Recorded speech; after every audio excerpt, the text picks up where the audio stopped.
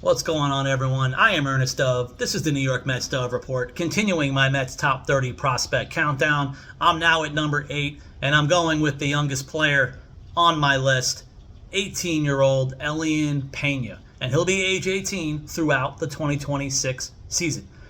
He's the kid you remember. He broke the Mets franchise record for IFA signing bonus money at a cool $5 million. He also infamously began his pro career 0 for 26 in the Dominican Summer League. How did he do overall slash line for the season, counting his 0 for 26? He ended up hitting .292, .421 on base percentage, .528 slugging, .949 OPS for a kid who began 0 for 26. Also, what's almost more important to me at the DSL level, walks to K rate ratio.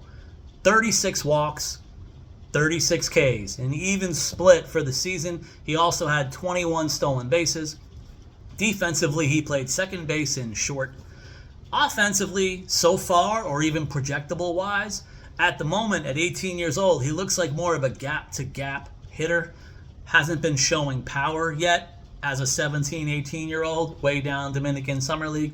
Has a more of a compact swing, good barrel control. He will go opposite field. Seems like a natural-born hitter. Not sure if he'll be a future 20-plus home run guy. It looks like some of the projections are a little bit lower on him for power. Maybe looking 12 to 15-ish range, perhaps. But again, at this young age, this is the projectable discussions at the moment.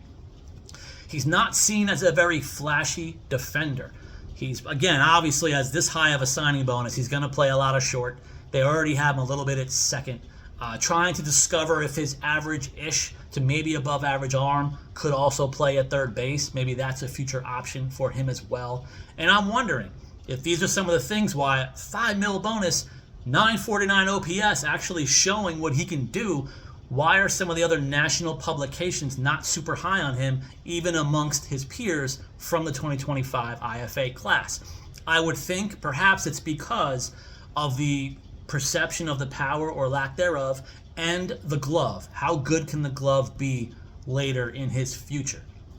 Those are some of the things to discuss. But with a kid like this, the potential is obviously there. He is now stateside. I was one of the first people, along with my guy BK Fan 09 on X.